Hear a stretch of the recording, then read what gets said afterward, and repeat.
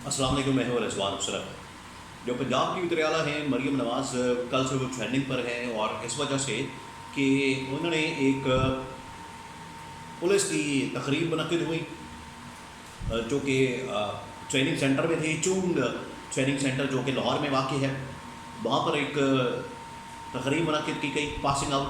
वहाँ पर मरीम नवाज़ ने पुलिस का यूनिफॉर्म पहना और उसके बाद उसकी वीडियो, उसकी तस्वीरें जो हैं वो वायरल हुई और उनके ऊपर जो है एक ट्रेंड बन गया।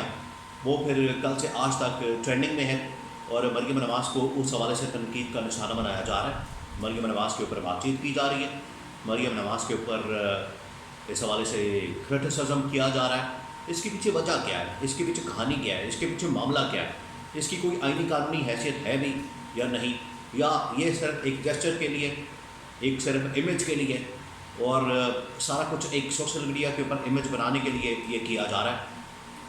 इसके अलावा पंजाब हुकूमत का एक और स्कैंडल बनकर यहाँ पर आया है और इसके ऊपर बहुत अहम तरीन इंकशाफात किए गए हैं और अपने इनके सिटिंग गवर्नमेंट के सिटिंग मिनिस्टर, यानी कि पंजाब के अंदर भी नून लीग की गवर्नमेंट है और वफाक के अंदर भी नून लीग की गवर्नमेंट है।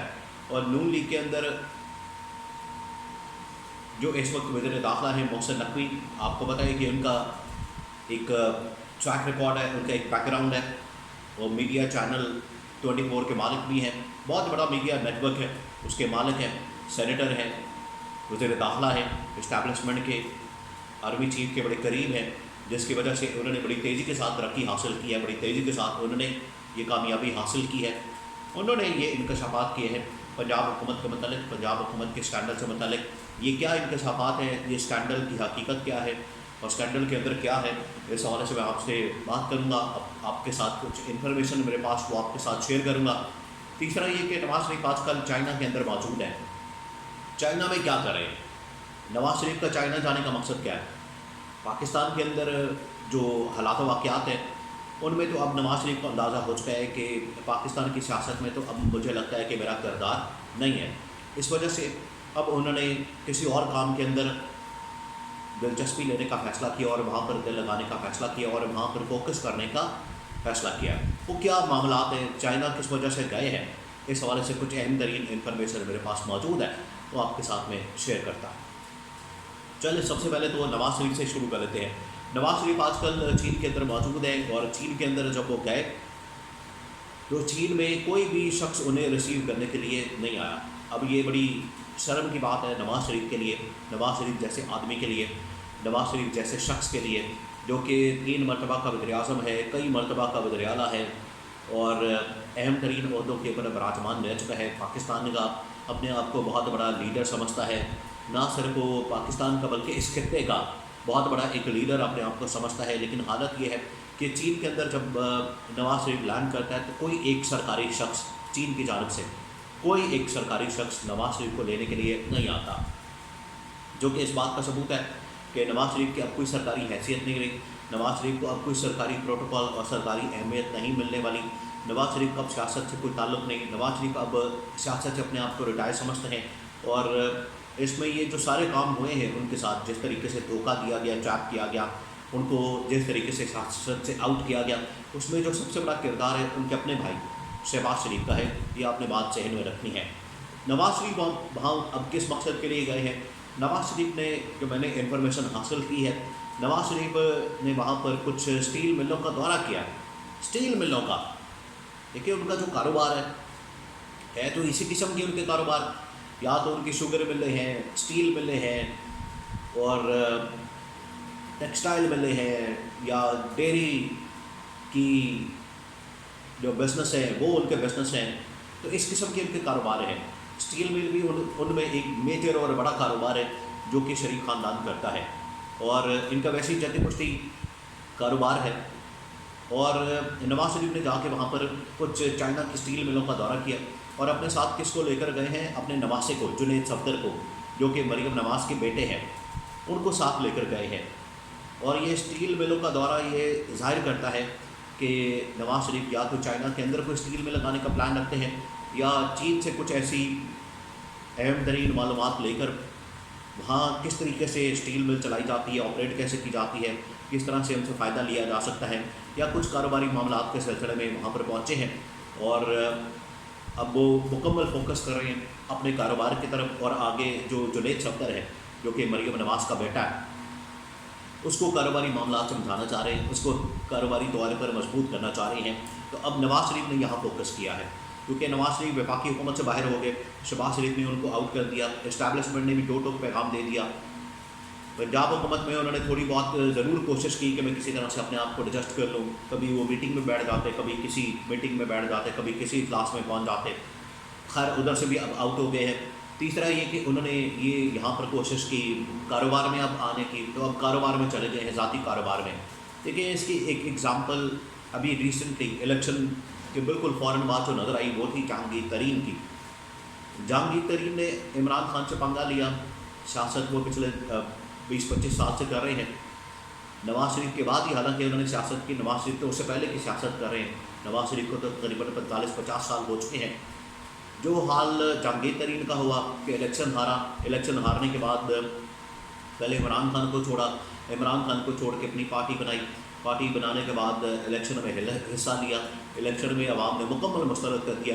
اس کے بعد سیاست بھی چھوڑ دی، پارٹی بھی چھوڑ دی اور چپ کر کے گھر جا کے بیٹھ گئے اور کاروبار میں اپنے بزنس میں انٹرسٹ لینا شروع کر دیا. اب نواز شریف کے ساتھ بھی تقریباً ایسا ہی ہوا کہ سیاست سے بھی آؤٹ اور پارلیمنٹ سے بھی آؤٹ، پارٹی سے بھی فارغ. اسی وجہ سے وہ کاروبار کی طرف آ گئے ہیں.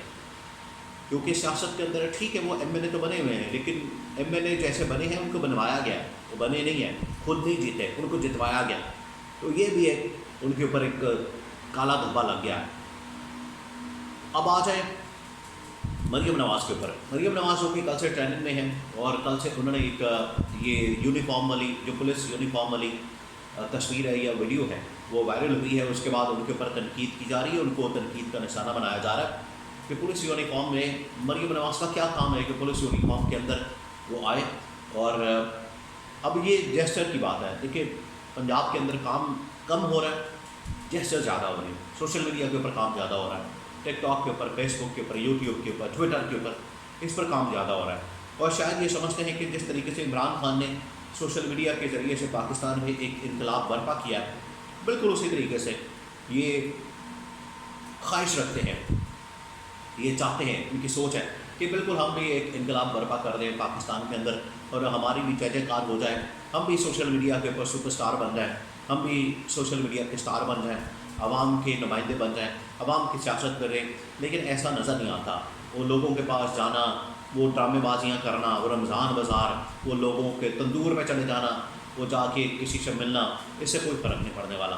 حقیقت یہ ہے کہ اگر آپ گورننس کو ٹھیک کریں، اور گورننس کا عالم یہ ہے کہ پاکستان میں خاص طور پر پنجاب کے اندر جتنی تباہی اور بربادی پچھلے 10-15 سال سے، اور اس میں زیادہ جو ٹائم گزرا ہے وہ گزرا ہے شہباز شریف کا بطور وزیر اعلیٰ.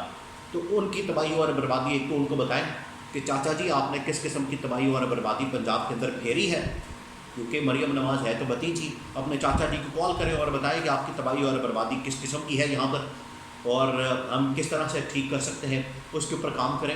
مہنگائی، بے روزگاری، اور یہ جو ہر روز لیسکو کے، بجلی کے، گیس کے، اس طرح کے مسائل ہیں، معاملات ہیں، بجلی کے بل اور صحت کے، تعلیم کے مسائل، ان کے اوپر فوکس کریں اور یہاں پر مہنگائی کنٹرول کریں. بجائے اس کے کہ آٹے کے اوپر اور توڑے پر نواز شریف کی تصویر لگا دی اور ادھر بھاگ گئے، ادھر چلے گئے، تصویریں بنا لی، ویڈیو بنا لی. اس کا کوئی فائدہ نہیں ہونے والا، اس سے کوئی جسچر نہیں جانے والا. جسچر سے بھوک نہیں مٹتی، پیٹ نہیں بھرتا انسان کا، اور اس کی جیب میں پیسہ نہیں جاتا. ڈاکے مارنا بند کریں، یہ ڈرامے بازیاں بند کریں اور اصل کام کر کے دکھائیں. اب آ جائیں، ان کا ایک اسکینڈل سامنے آیا پنجاب حکومت کا. وہ آیا ہے کچھ اشتہارات کی شکل میں، یا یہ جو ایڈورٹائزمنٹ ہوتی ہے میڈیا چینلز کو ڈیجیٹل میڈیا کے اوپر جو کیمپین وغیرہ دی جاتی ہے، اس کے حوالے سے پنجاب گورنمنٹ کا ایک اسکینڈل ہے جو کہ پی ڈی ایم کے دور حکومت کا ہے. اور اس کے بارے میں جو انکشافات ہیں وہ سیٹنگ گورنمنٹ جو اس وقت وفاقی حکومت ہے اس کے اندر موجود ہے وفاقی وزیر داخلہ جو کہ محسن نقوی ہیں. محسن نقوی جو کہ ایک چینل کے مالک بھی ہیں، سینیٹر بھی ہیں، اور ڈیفیکٹو پرائم منسٹر ان کو کہا جاتا ہے. ڈیفیکٹو پرائم منسٹر یعنی کہ وہ وزیر اعظم شہباز شریف سے بھی زیادہ طاقتور ہے. اتنے طاقتور ہیں، اس کی وجہ ہے کیونکہ ان کے आर्मी चीफ के साथ इतने अच्छे ताल्लुकात हैं जिसकी वजह से सेनेटर भी बन गए बग़ैर किसी पार्टी के, हर पार्टी ने उनको सपोर्ट किया, निगरान वज़ीर आला बन गए, उसके बाद वज़ीर दाखिला बन गए। और राना सनाउल्लाह तो यहाँ तक कह चुके हैं कि अगर वो चाहते हैं तो वज़ीर आज़म भी बन सकते थे। ये उनकी ताकत का आलम है। उन्होंने ये स्कैंडल एक्सपोज किया, उन्होंने ये स्कैंडल बेनकाब किया कि किस तरीके से यहाँ पर डिजिटल कैंपेन के अंदर, टीवी चैनल्स की कैंपेन के अंदर लूट मार की गई है, कमीशन के बैक्स ली गई हैं। इसकी भी तहकीकात होनी चाहिए ताकि पंजाब गवर्नमेंट की ये जो लूट मार है, अभी तो बड़ा छोटा सा पोर्शन सामने आया, बाकी मज़ीद इस किस्म के स्कैंडल जो है वो बहुत सारे आ सकते हैं। तो ये जो स्कैंडल, इसकी तहकीकात हो ताकि आवाम के सामने दूध का दूध और पानी का पानी हो सके।